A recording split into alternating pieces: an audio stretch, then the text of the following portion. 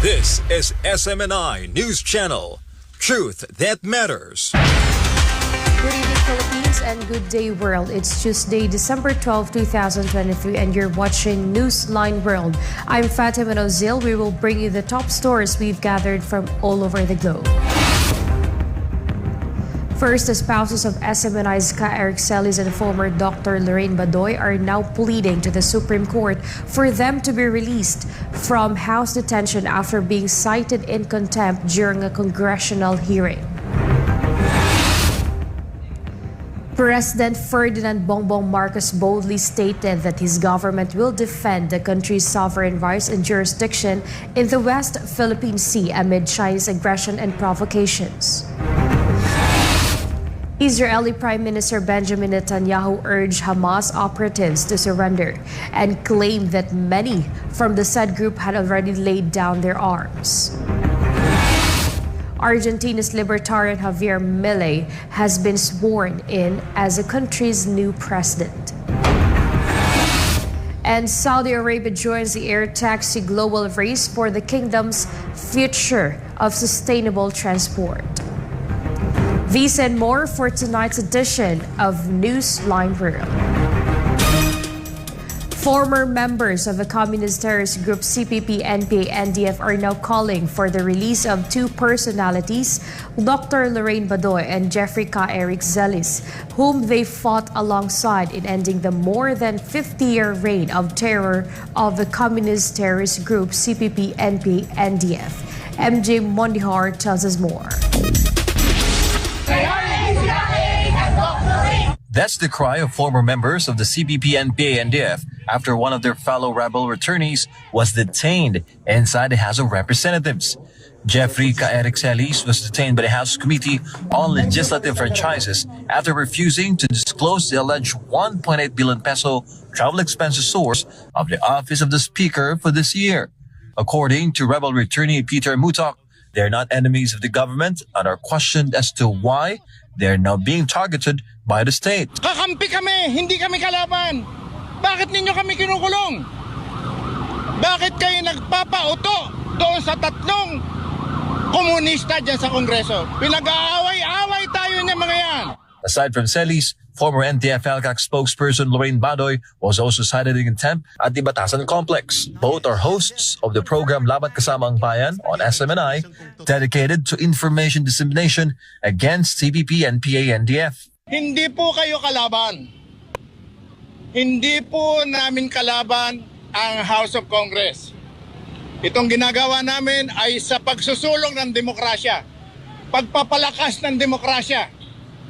Palayain na po ninyo si Eric at Dr. Lorenzo. Mutok emphasizes that it's painful for them, returnees, to be oppressed by the government they're currently helping.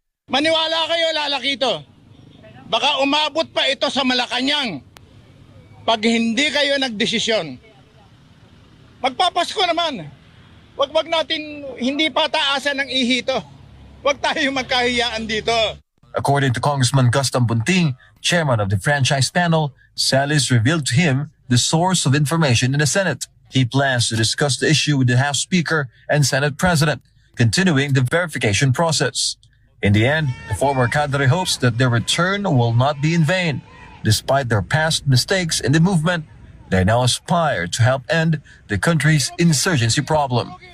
Napakalaking bagay ni Eric nila Doc Lorraine para makapagpasuko at maniwala ang mga kabataan na hindi na sila kailangan sumama sa CPP-NPA.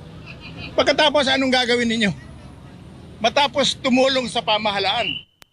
With that in a statement tonight, Celis clarified the statement of Congressman Tambunting and said that he had not and shall not reveal the true source of his information in the Senate. For Ganamabala Philippines, MJ Mondihar, SMNI News.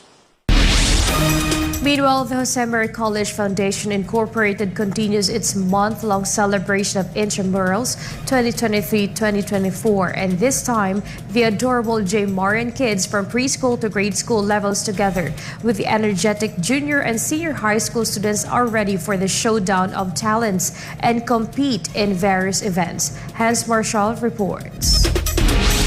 We welcome you to JMCFI's Intramurals 2023. Thousands of students from the Basic Education Department filled the JMC Plaza earlier today as JMCFI officially opened the IBED Intramurals 2023-2024 with the theme Together in Diversity, a Tapestry of Unified Strength. Associate Vice President for Basic Education, Sir Brian T. Alberto, shared the purpose of celebrating the event and the essence of sportsmanship in his opening remarks. Setting the vibes for the showdown of talents, preschoolers to grade 6 pupils danced gracefully for their field demo presentations. Part of the highlights of Day 1 was a special presentation of the Keepers Club International J. Marian Campus Choir leading the singing of the JMCFI hymn.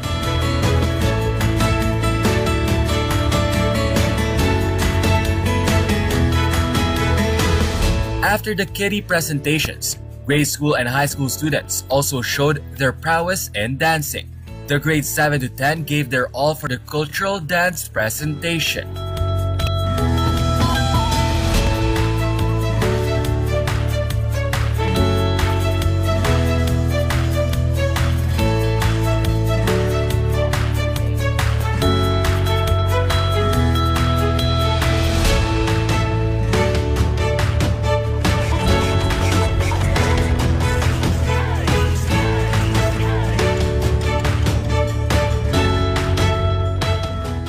It was then followed by the power dance competition, joined by various teams from the high school department. Among them were the Water Knights, Space Avengers, Fire Lords, Earth Warriors, and the Air Nomads. Representatives from the same teams also showed off their talents for the dance sports competition. The celebration continues with a battle of talents among Jmarians from December 11th to December 14th. This is Hans Marshall reporting, SMNL News.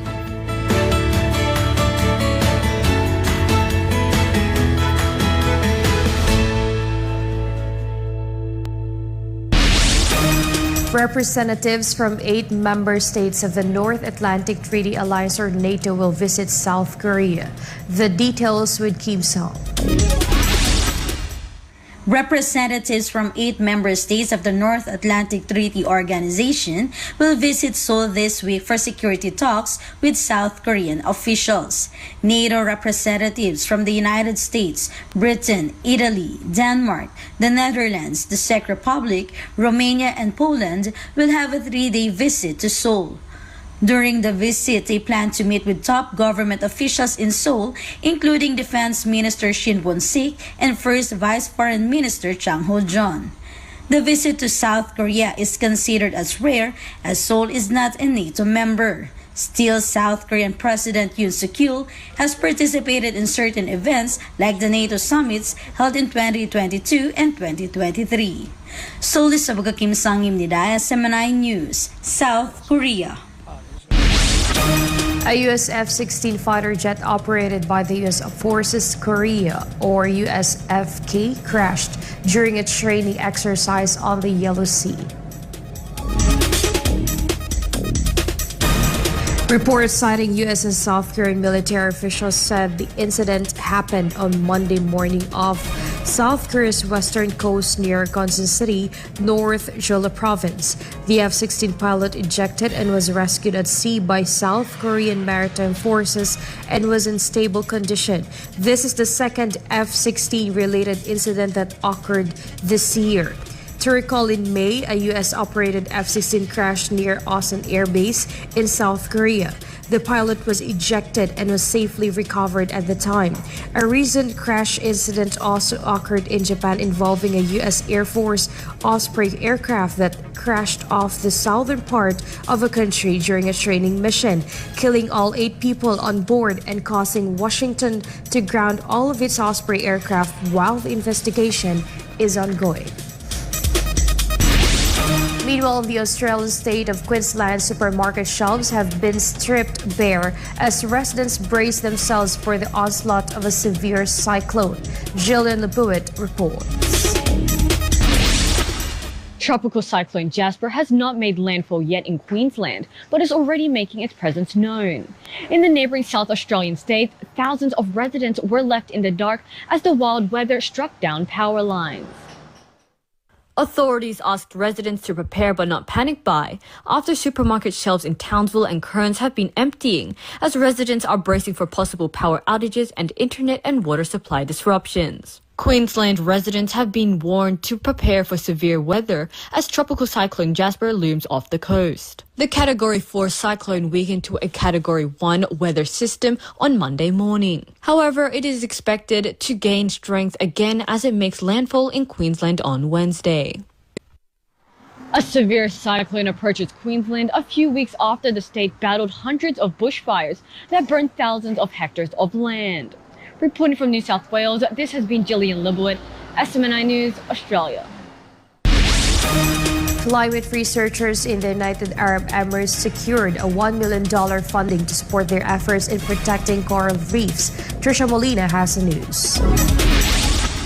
Dalio Philanthropies, a charitable organization that campaigns for the protection of the world's oceans, granted Mubadala Arabian Center for Climate and Environmental Sciences a $1 million grant to support cutting-edge climate research. Climate researchers will use the fund to explore ways to increase coral resilience in a warming ocean. Coral reefs around the world are experiencing more frequent bleaching and loss as carbon dioxide levels increase worldwide. One example is the amount of bleaching suffered by the Great Barrier Reef, the largest coral reef system in the world. Experts detected catastrophic coral bleaching on around 60% of the reef's corals based on aerial surveys last year. The grant also provides an avenue for future collaborations with global ocean exploration nonprofit OceanX, an operating program of Dalio Philanthropies focused on ocean education and scientific research. Coral reefs protect coastlines from storms and erosion, with more than 500 million people depending on them for food, income, and protection. Reporting for Newsline World, this has been Trisha Molina, SMNI News. Saudi Arabia entered a new milestone in the sector of sustainable transport as it teams up with a French company to support the production of air taxis in the oil-rich kingdom. Melchizedek Cadiz reports.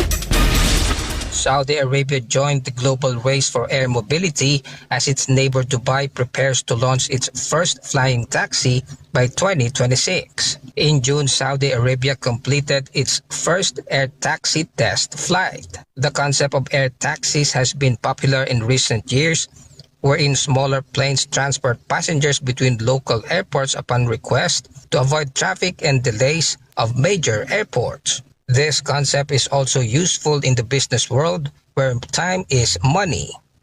Besides providing an alternative to the already congested road and rail infrastructure, air taxis are also seen as a sustainable alternative to vehicles that are dependent on fossil fuels since they use batteries. Reporting this has been Melchizedek Cadiz, SMNA News, Kuwait. Meanwhile, more news when Newsline World returns.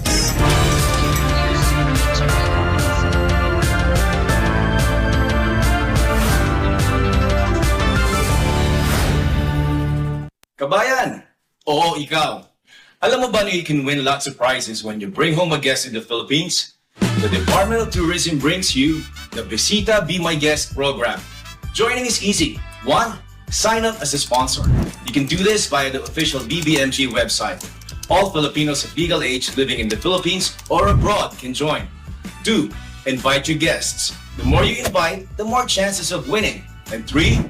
Travel to the Philippines and upload your proof of travel to complete the registration process and earn e-raffle tickets and the BBMG travel passport and privilege card that you can use to get discounts as you travel around our award-winning destinations in the Philippines. Join now and get a chance to win in any of the 3 raffle dates in 2023. So what are you waiting for? Come home and bring your guests to the Philippines. Sign up, invite friends and family, and travel to the world's leading beach and dive destination and the world's leading country destination for tourism, the Philippines. Visita Be My Guest in the Philippines.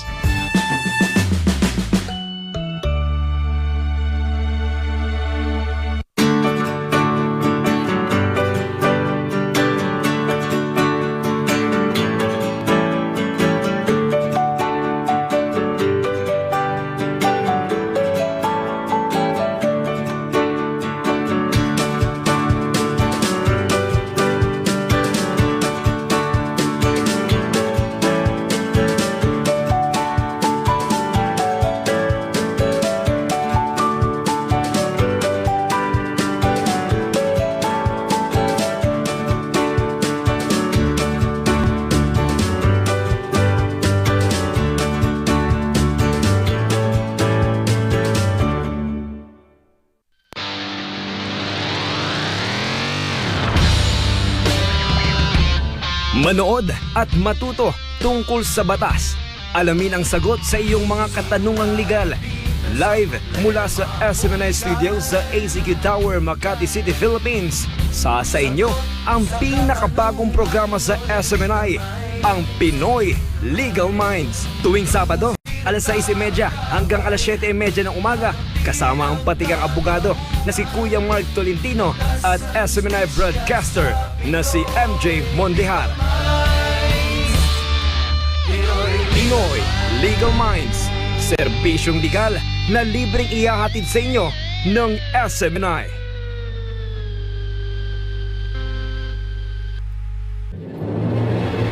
Problema nyo, itawag kay Panelo. Ikaw ba'y may suliranin na may kinalaman sa mga ahensya ng ating pamahalaan? Inihahandog ng SMNI ang programang makakapiling ninyo sa araw-araw na maaring ninyong maging daingan.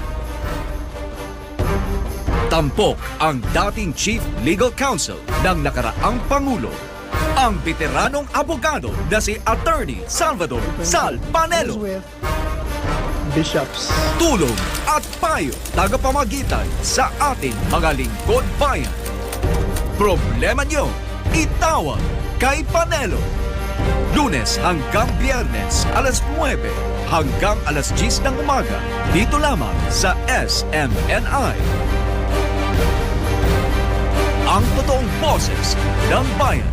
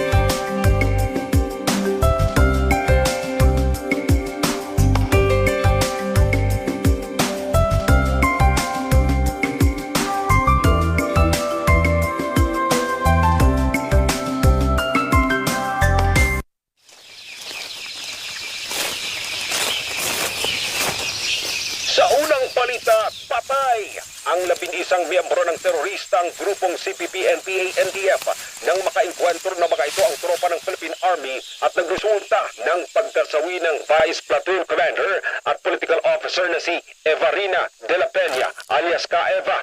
Sa kasalukuyan ay patuloy pang inaalam ng mga otoridad ang pagkakakilanlan ng iba pang mga nasawi. Nag-uulat Patrick Lance Castro.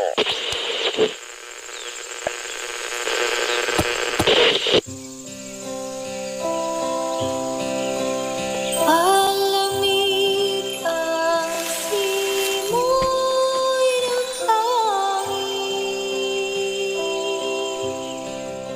kay saya ng bawat damdamin. Mayroong siglang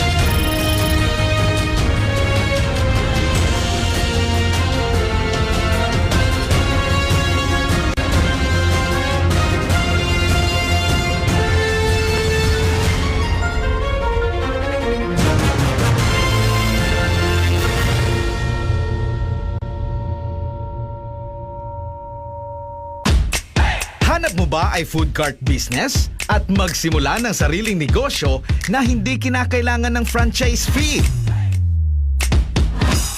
Mura at abot kayang halaga? Narito ang S&D Food Carts para sa iyo. Ang S&D Food Carts ay gumagawa at nagsusupply ng mga mura at abot kayang halaga ng mga food stalls, bike carts, motor carts, kiosk, food van, mall carts, display racks, tables, chairs, at iba't ibang wood and metal products. Subok na matibay, maaasahan at mapagkakatiwalaan. Ang S&D Food Carts ay mayroong Luzon at Mindanao branch na pwede ninyong lapitan. Para sa negosyong swak na swak, S&D Food Cart, your partner to success.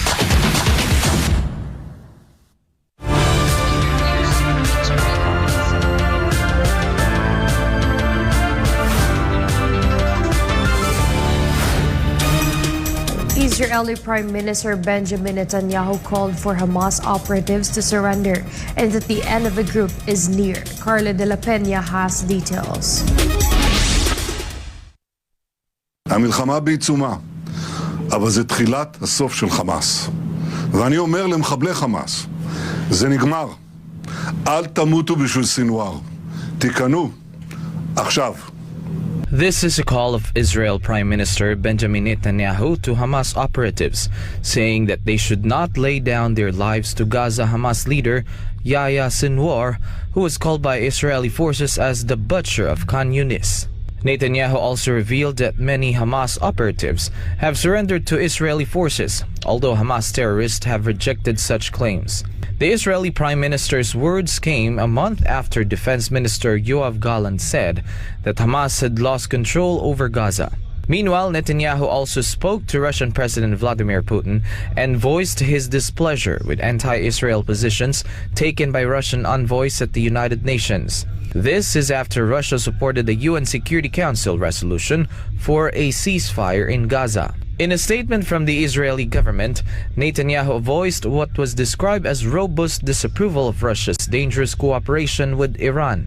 However, the Kremlin said Russia was ready to give all possible assistance to alleviate the suffering of civilians and escalate the ongoing conflict. The Kremlin also stated that Putin, quote, reaffirmed Russia's principal position of rejecting and condemning terrorism in all its forms. At the same time, it is extremely important that countering terrorist threats does not lead to such grave consequences for the civilian population. End of quote. Reporting, this has been Carlo de la Peña, SMNI News. Japanese Prime Minister Fumio Kishida is contemplating replacing all ministers from the Liberal Democratic Party that former Prime Minister Shinzo Abe formerly led in his cabinet. Kishida has already decided to remove Cabinet Secretary Hirokazu Matsuno from his position due to his failure to properly account for the millions of yen received as part of the party's fundraising efforts. Economy, Trade, and Industry Minister Yasutoshi Nishimura also faces similar allegations and potential dismissal. In addition, all senior vice ministers and parliamentary vice ministers from former Prime Minister Shinzo Abe's faction may also be subject to dismissal. Apart from Matsuno and Nishimura, the list includes 2 other ministers, 5 senior vice ministers, and 6 parliamentary vice ministers from Abe's faction. Kishida's cabinet reshuffle is anticipated to coincide with the conclusion of the extraordinary parliamentary session on Wednesday. Meanwhile, President Ferdinand Bongbong Marcos Jr. released a statement regarding the alleged aggression and provocations carried out by the China Coast Guard and their Chinese maritime militia against Philippine naval vessels and personnel over the weekend. Crescent Catarong reports. The Philippine government will remain steadfast in defending the sovereignty of the country. This was emphasized by President Ferdinand Marcos Jr. amid the recent aggressive actions by the Chinese Navy against Filipino troops in the West Philippine Sea. In his social media post, Marcos instructed the armed forces of the Philippines to continue their mandate in defending the country's sovereignty and jurisdiction. He also assured his full support to courageous Filipino service members. The president highlighted that the provocations by the Chinese Coast Guard and its marine militia in obstructing the Filipino resupply mission to Ayungin Shoal on Sunday only strengthened the nation's determination to defend its sovereignty. The head of the state emphasized that China's illegal presence in Philippine waters and its hazardous actions against civilians are blatant violations of international law and the rules-based international order. The Philippine Coast Guard or PCG previously reported that Chinese naval vessels used water cannons against Philippine naval vessels during a resupply mission to the BRP Sierra Madre in Ayungin Shoal on Sunday. One of the Filipino resupply vessels suffered engine damage. According to the initial PCG report, another Filipino supply boat rammed during the water cannon attack by the Chinese Coast Guard. In connection with this, PBBM reiterated that Ayungin Shoal is within the exclusive economic zone of the Philippines. He stated that any foreign claim to sovereignty in the area is baseless and goes against international law. Bajo de Masinloc and Ayungin Shoal is the sovereignty territory of the Philippines and an integral part of the country's archipelago. PBBM stated that no one except the Philippines has legitimate rights or legal basis to operate anywhere in the West Philippine Sea. Before the incident on Sunday, there were reports of a water cannon attack by Chinese naval forces against the Bureau of Fisheries and Aquatic Resources or BFAR vessels heading to Scarborough Shoal on Saturday. Last month, a Philippine ship on a resupply mission to Ayungin Shoal was also targeted by water cannon attacks from Chinese naval vessels, forcing it to deviate. Meanwhile, the Marcos administration has taken 3 legal steps to call out the recent aggression by the Chinese Coast Guard in the West Philippine Sea. This was stated by Department of Foreign Affairs or DFA spokesperson Assistant Secretary Maria Teresita Daza in a press briefing in Malacanang on Monday. Daza stated they utilized a maritime communication mechanism and filed a diplomatic protest with the Chinese Ministry of Foreign Affairs for the use of water cannons by Chinese naval vessels against Philippine boats. The Department of Foreign Affairs lodged its diplomatic protest with the Chinese Ministry of Foreign Affairs counterpart to a phone call. And in terms of the démarche undertaken by our Philippine Embassy in Beijing, yes, we confirm that our Philippine Embassy in Beijing has made a démarche to the Chinese Ministry of Foreign Affairs official yesterday concerning the Bajo de Masinloc incident and the Ayungin Shoal incident. Daza added the Chinese ambassador to the Philippines, Wang Xilian, was also summoned. When asked if the DFA shares the same view as some senators who suggest declaring Chinese ambassador persona non grata, this was ASIC Daza's response. When an ambassador assumes he is accepted by the accrediting host government, if you do something or say something that is unwelcome, then you can be subject to what they call persona non grata. But with this case, I think it's something that will have to be seriously considered, whether the incidents or the series of incidents merit having him be a persona non grata. Daza reiterated that the DFA will continue its commitment to uphold its mandate to protect and promote the Philippine legal maritime entitlement in the West Philippine Sea. For God and for my beloved Philippines, this has been Cresceline Catarong, SMNA News. Former palace official attorney Harry Roque has something to say regarding the disputed waters in Bajo Masinloc or Ayungin Shoal. Carla de la Peña reports.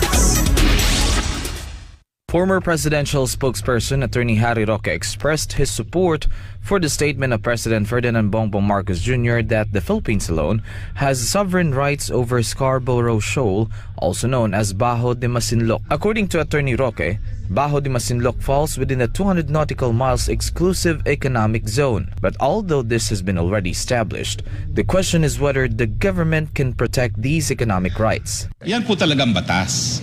Na kapag kabahagi natin exclusive economic zone, tanging tayo lang po ang pupwedeng mangalap at makinabang sa tanging yaman. It can be recalled that tensions arose between Chinese and Philippine ships during the latest rotation and resupply mission on the island this weekend. Roque believes that the tension in the disputed territory is due to the Philippines' agreement to allow the United States to use military bases in the country. Pero kung ikaw ay tatakbo sa Amerika, bibigyan mo ng paggamit ng iyong mga base militar na alam mo namang gagamitin laban sa China, nasa ng pagkakaibigan? Meron pong karapatan ng Pilipinas sa exclusive economic zone. Pero dahil tinatrato na po nating kaaway ang China, dahil pinayagan natin ang kaaway na China na gamitin ang ating mga base militar, huwag nating asahan na makikipagkaibigan sa atin ang China.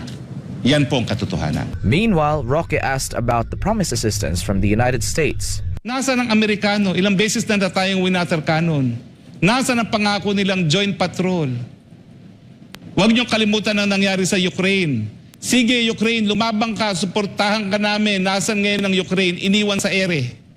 Sa tingin niyo, mga Amerikano makikipaggera dahil sa bato at isda, dahil wina-water cannon ang mga pagdadala ng supply sa ating mga mangingisda at doon sa ating mga kasundaluhan na nasa ayungin? Tingin niyo, gegerahin nila yung pinakamalaking bansa na pinagkakautangan nila, yung pinakamalaking bansa na merkado nila para sa kanilang mga kalakal, at yung pinakamalaking bumibili rin na kanilang merkado nila, ang kanilang mga pinuproduce sa merkado nila? Gumising naman kayo sa katotohanan. The former palace official also insisted that the disputed territory would remain under Philippine control. For God and my beloved Philippines, this has been Carlo de la Peña, SMNI News. Meanwhile, more news after the break.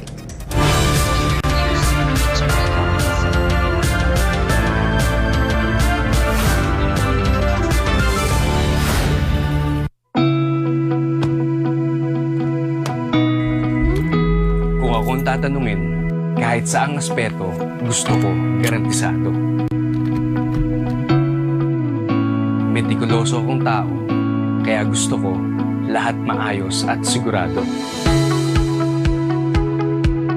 Lahat quality, yung hindi ako makukompromiso, pero sulit ang presyo. Ganyan ang clean fuel. Kaya dito, panatag ang loob ko.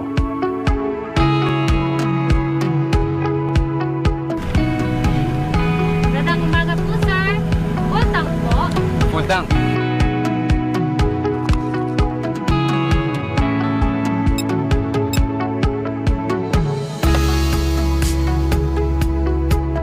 Gusto mo ng dekalidad na gasolina pero sulit ang halaga, mag-clean fuel ka.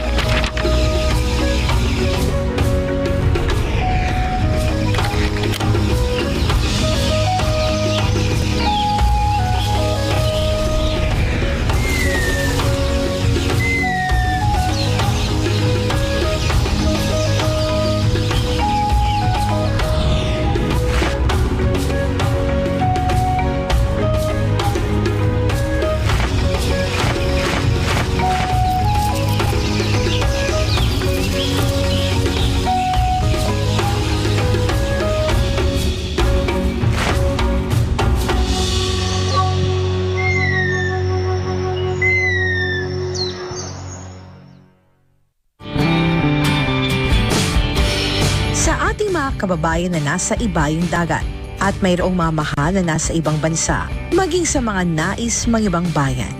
Abangan ang programang Kabayan Abroad sa bagong itong time slot tuwing Biyernes, alas 9 hanggang alas 10 ng gabi, si Kabayan Practice Representative Ron Salo, Lady B at Sara Santos ng SMNI. Alamin ang mga programa ng pamahalaan, kabayan at SMNI para sa ating mga OFWs. Matuto patungkol sa iba't ibang kultura, tunghayan ng pagtatagumpay ng ating mga bagong bayani sa Kabayan Abroad, dito lamang sa SMNI.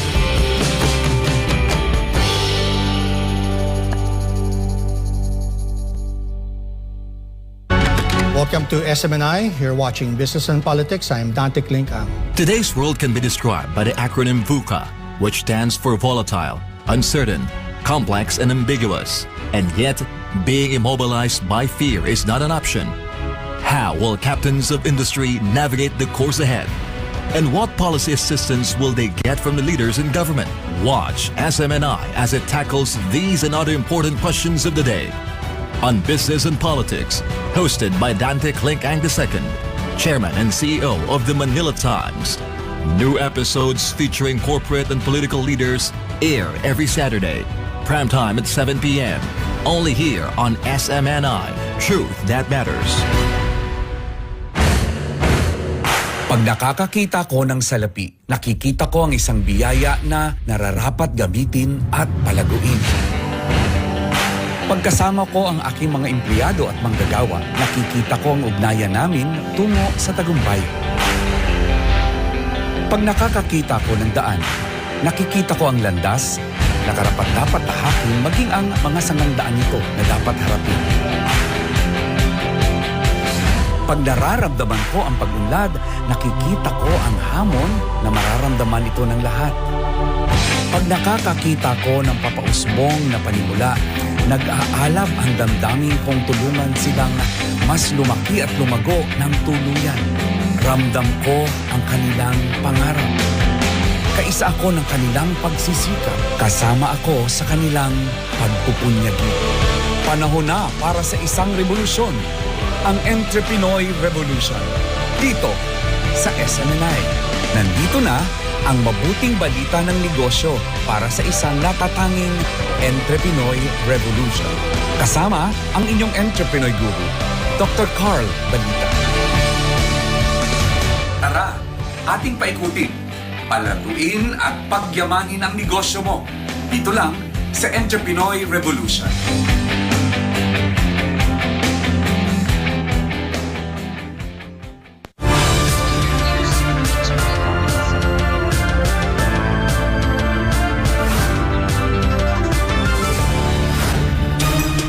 Among the people present during the inauguration of Javier Milei in Argentina were Ukrainian President Volodymyr Zelensky and Hungarian Prime Minister Viktor Orban, and both leaders were seen having an intense talk with each other, while other guests at the event also chatted with each other nearby. Andres Santos reports. Ukrainian President Volodymyr Zelensky was seen speaking with Hungarian Prime Minister Viktor Orban at the inauguration ceremony held for Argentina's new president Javier Milei in Buenos Aires. The video, published by the Argentine Senate, shows Zelensky and Orban looking and talking intently to each other and gesturing as they speak, although the video had no audio. Following the inauguration, Zelensky mentioned that he had a frank conversation with Orban without giving further details. З ними нашу співпрацю. На полях інаугурації говорив з прем'єр-міністром Угорщини Орбаном максимально відверто. І зрозуміло, що про наші європейські справи. It can be remembered that Zelensky's chief of staff Andrei Yermak said last week that he was trying to arrange a formal meeting between Zelensky and Orban. But Orban's foreign minister Peter Ziartos said that the meeting between the two leaders would only make sense if there was some chance that it would have a positive outcome. Hungary is a member of the European Union and NATO, and its Prime Minister, Viktor Orban, has repeatedly argued that the European Union should reconsider its policies regarding Ukraine, including pledge to provide assistance as well as its accession to the European Union. He recently told news outlet Le Point that although he was in favor of boosting cooperation with Ukraine, bringing Kiev into the European Union would be a bad decision. He also does not believe that Ukraine has met 4 out of the 7 requirements to join the European Union, and that Ukraine is known to be one of the most corrupt countries in the world. Orban poses as a possible figure that stands in the way of the European Union's plan to provide 50 billion euros in economic aid and 500 million euros in military aid to Ukraine. He also published a video on X saying that Ukraine's European Union accession does not coincide with Hungary's interests. He also criticized the bloc for insisting on the accession without assessing the consequences for European taxpayers and farmers. Ukrajna uniós tagsága, a csatlakozásról szóló tárgyalások megkezdése ma nem esik egybe Magyarország nemzeti érdekeivel, ezért ezt nem is kell csinálni. Reporting, this has been Andrea Santos, SMNI News. The Prime Minister of Thailand plans to meet with top automakers and explore partnership in manufacturing electric vehicles during his upcoming trip to Japan this week. Chatmoko Pismay-Golson has the news. Prime Minister Sethar Thavisin will embark on a 5-day trip to Japan from December 14 to 18. The trip includes scheduled meetings with the Japanese and ASEAN leaders, as well as leading private sectors. Senior officials will accompany Sethar, who will join the ASEAN-Japan Summit in Tokyo from December 16 to 18. He will leave Thailand 2 days ahead of the summit to promote investment and trade with Japan. The visit also marks the 50th anniversary of diplomatic ties between Japan and ASEAN countries. The Prime Minister plans to use the trip to attract more foreign investments, offer better incentives, and increase trade volumes. The move is part of Sethar's plans to encourage local car makers to incorporate robotics in their operations to enhance the overall quality of vehicles produced in the country. In early November, Thailand and Japan agreed on a reciprocal visa-free schemes for business people visiting their respective borders. รายงานจากราชบุรีนายชัดมงคลวิสมัยโกศล SMN News ประเทศไทย สวัสดีครับ The bedbug outbreak in South Korea raised fears that the same thing could happen in Japan a month after its neighboring Asian country declared war against the blood-sucking insects. Kyoko Hashimoto reports.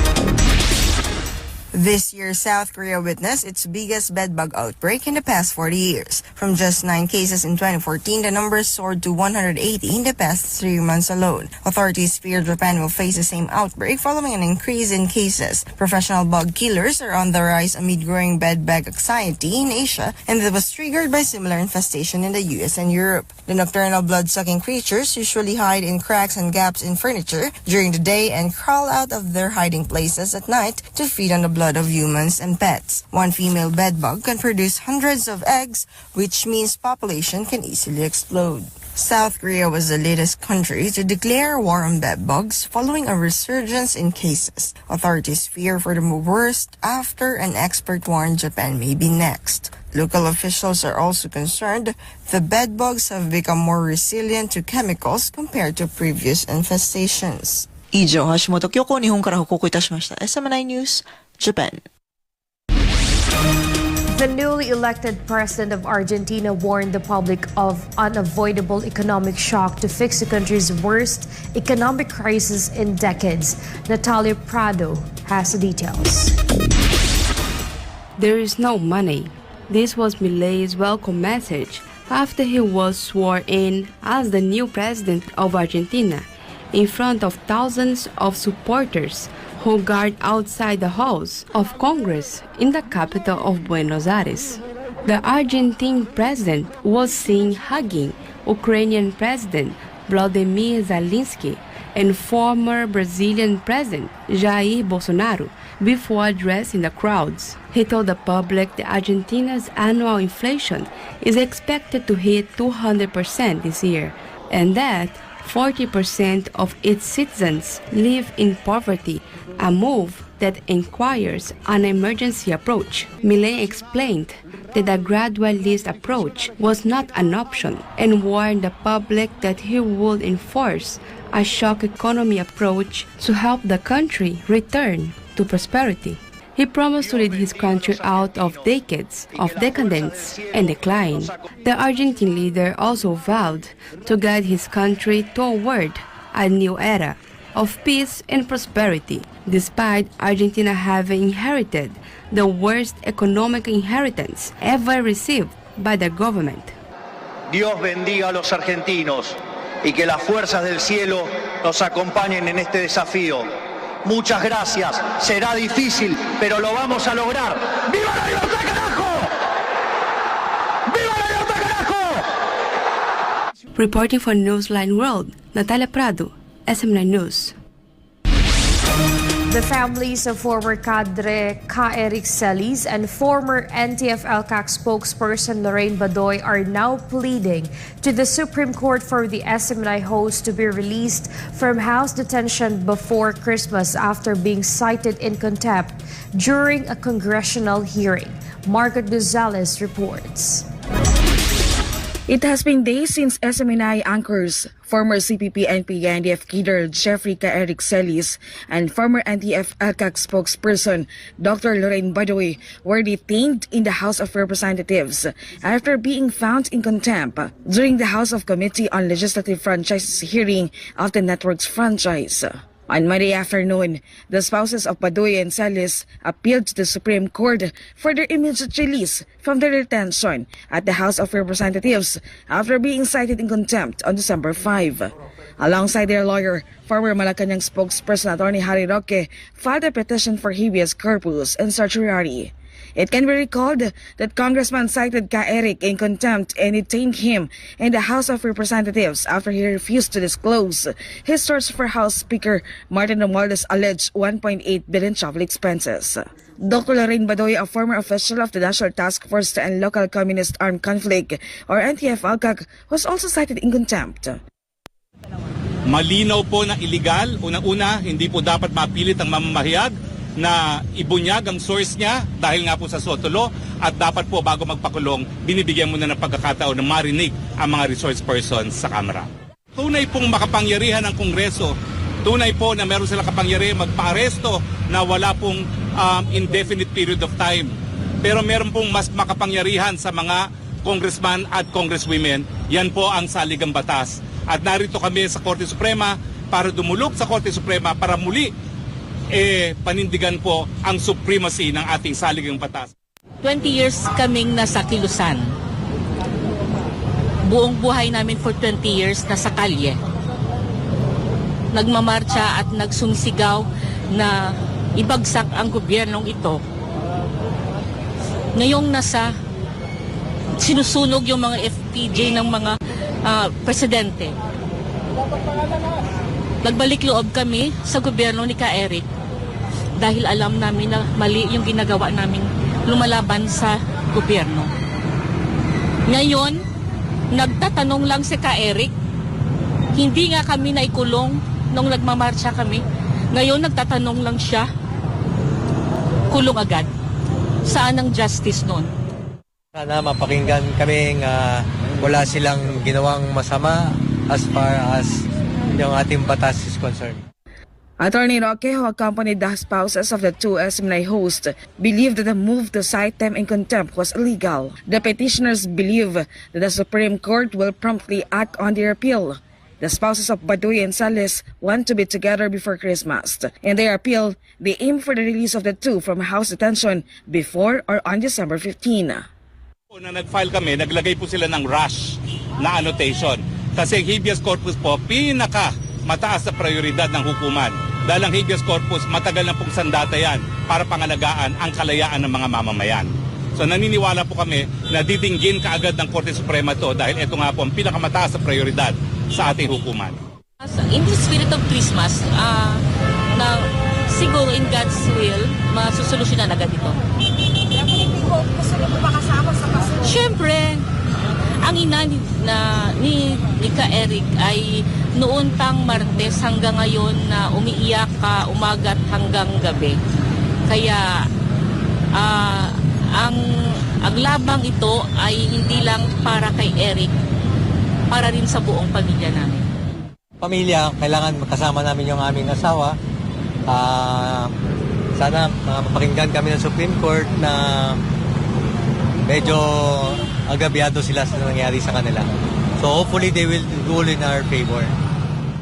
Meanwhile, Celis' spouse disregarded criticisms of her husband's ongoing hunger strike while in the facility of the HOR.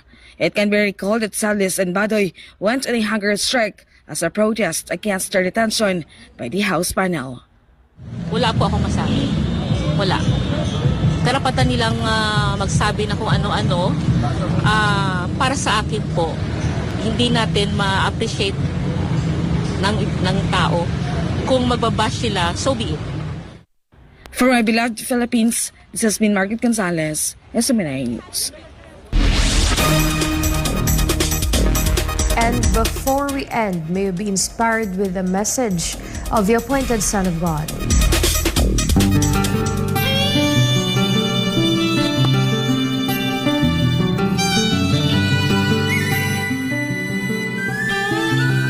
Humility and sincerity are what counts in the character of a man.